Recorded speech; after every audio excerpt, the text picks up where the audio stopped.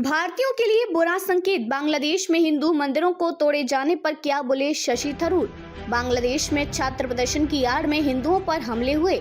शेख हसीना सरकार गिरने के बाद और नई सरकार बनने के बाद भी वहां अल्पसंख्यकों पर हमले हो रहे हैं। बांग्लादेश हिंदू बौद्ध ईसाई एकता परिषद के अनुसार देश के 64 जिलों में से 52 में हिंदुओं और उनकी संपत्तियों को निशाना बनाया गया। संयुक्त राष्ट्र ने भी इस मामले पर चिंता जाहिर की है। भारत बांग्लादेश की दोस्ती के हर प्रतीक पर हो रहे हमले। पड़ोसी मुल्क में हिंदुओं पर हो रहे हमले पर कांग्रेस सांसद शशि थरूर ने एक बार फिर चिंता जाहिर की है।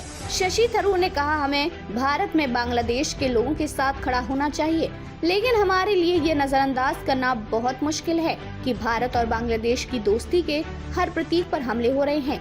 कई मंदिरों को नुकसान पहुंचाया गया। शशि थरूर। कांग्रेस सांसद ने आगे कहा, भारतीय सैनिकों के सामने पाकिस्तानी बलों के आत्मसमर्पण की प्रतिमा को तोड़ा गया है। भारतीय सांस्कृतिक केंद्र को नष्ट किया गया है। इस्कॉन मंदिर जैसी कई संस्थानों को भी नुकसान पहुंचाया गया है। ये सब भारत में लोगों के लिए बहुत ही बुरा संकेत है। यह बांग्लादेश के लिए भी सही नहीं है कि वह इस तरह से पेश आए।